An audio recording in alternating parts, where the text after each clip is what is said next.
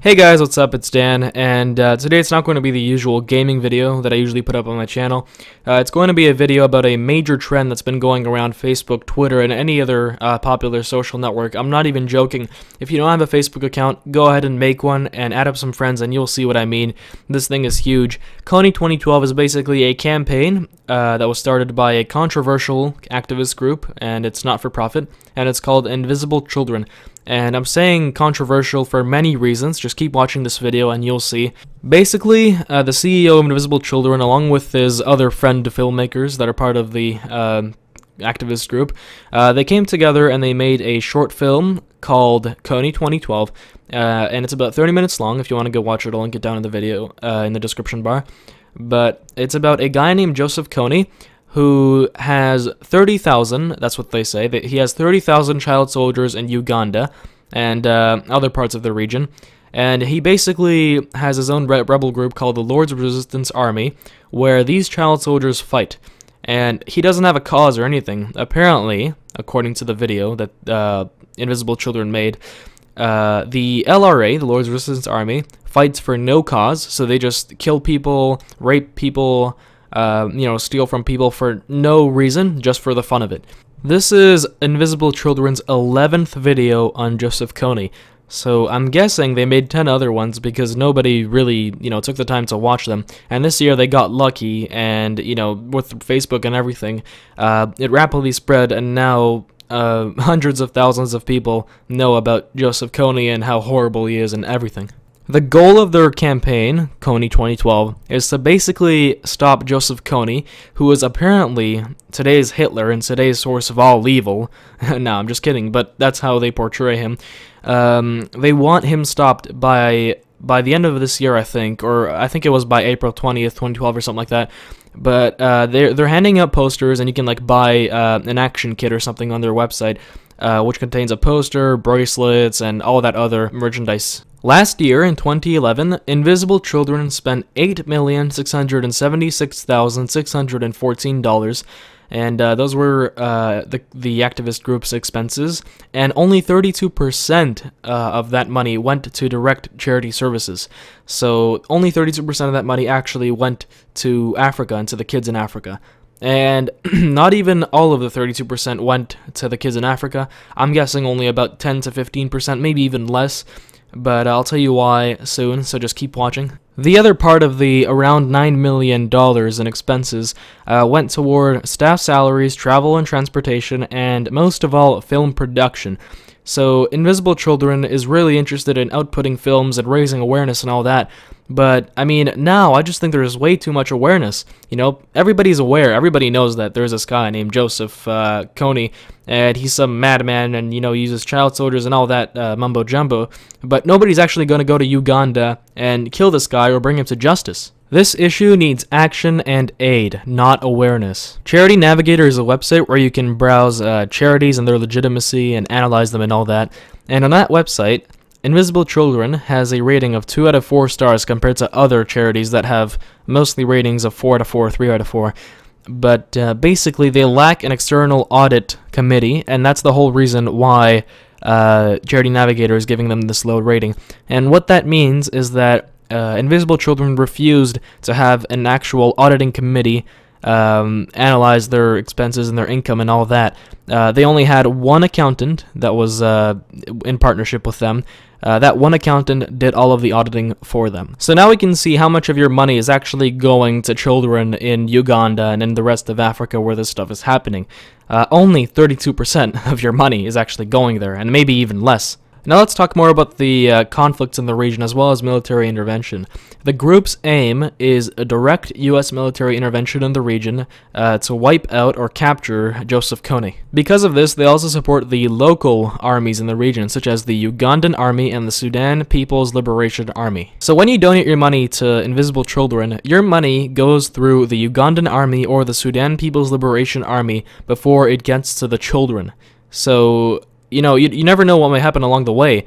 You never know how much of your money is actually going to go into the children. It might be 5%, 10%, 3%, 1%, you know? What's ironic is that the Ugandan army was accused of looting and rape by a large number of NGOs, which are non-governmental organizations. A representative of the UN said that there were several girls, some as young as 12, involved in prostitution with Ugandan soldiers. Another report based on UN investigations from field staff states that it is not unusual to see girls and women sneak into the Ugandan base at night or find Ugandan army personnel embroiled in brawls over girls and women. One particular case cited sexual violence by Ugandan soldiers against a 15-year-old girl named Mary. Ugandan soldiers rescued her and brought her to a clinic nearly dead in Sudan. What really happened was that the Ugandan soldiers assaulted her, gang raped her, and impregnated her before taking her to the clinic. There are countless of other sexual assault cases linked to the Ugandan army and Ugandan soldiers in the area. Now, a little more about the Sudan People's Liberation Army, the SPLA. Here is a picture of the CEO and the founders of Invisible Children standing beside SPLA troops. The SPLA were active in a large civil war in Sudan that had several million casualties as a result of that civil war. When they demobilized during 2005, when they declared peace, the UN Children's Agency estimated that the SPLA, the Sudan People's Liberation Army that the Invisible Children supports, had discharged 20,000 child soldiers and had 900 left in 2005. So basically, the organization that Invisible Children supports and the organization that you saw was standing right beside the founders of Invisible Children had child soldiers, which the Invisible Children is fighting against. How ironic. And on top of that, the United Nations still can't confirm that the SPLA is child soldier free, so they may still have child soldiers even though they're supported by the Invisible Children. Invisible Children, which leads Kony 2012, supports military intervention. Kony has been around for a while. The US command in Africa, called AFRICOM, has tried stopping him countless times and failed, each time provoking a ferocious response and increased slaughter.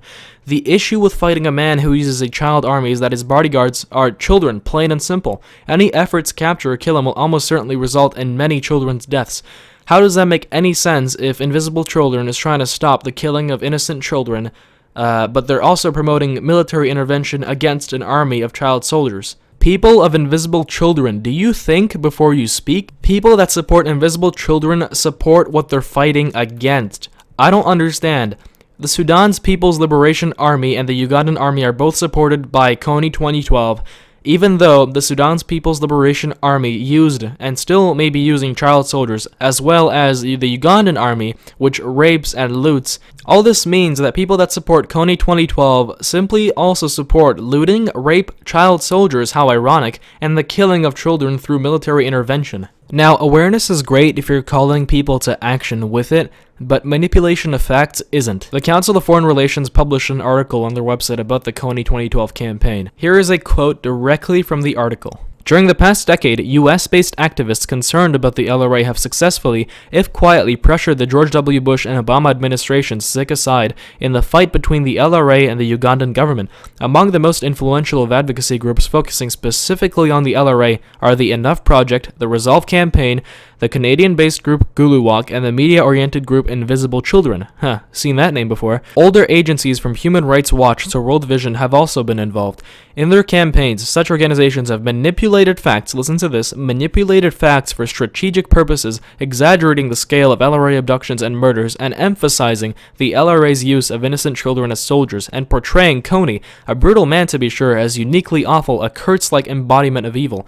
They rarely refer to the Ugandan atrocities or those of Sudan's People's Liberation Army, such as attacks against civilians or looting of civilian homes and businesses, or the complicated regional politics fueling the conflict. So in the end, Invisible Children has been known and is known to manipulate facts for personal gain and to raise more awareness. Simply put, that's called brainwashing. Joesph Kony is not the next Hitler. The conflicts in Uganda and in the region are highly complex, not one-dimensional, so you can't just go ahead and point fingers at people with without knowing the full story. They can't be solved by making a bunch of 30-minute films, spamming your Facebook or telling your friends, giving your money and public support to invisible children so they can spend it on violent military intervention, and movie number 12 isn't helping. I don't support bringing Joesph Kony to justice. I support bringing Joesph Kony and all of the other evil degenerates on our planet to justice. Every single one. If you're gonna take out one, why not take out all the rest? What I don't support, though, is invisible children's brainwashing and manipulation of facts for personal gain. You know, I wouldn't be surprised to see the CEO of Invisible Children be riding in an expensive sports car being praised as a world-renowned filmmaker. So please, people, do some research before supporting a cause.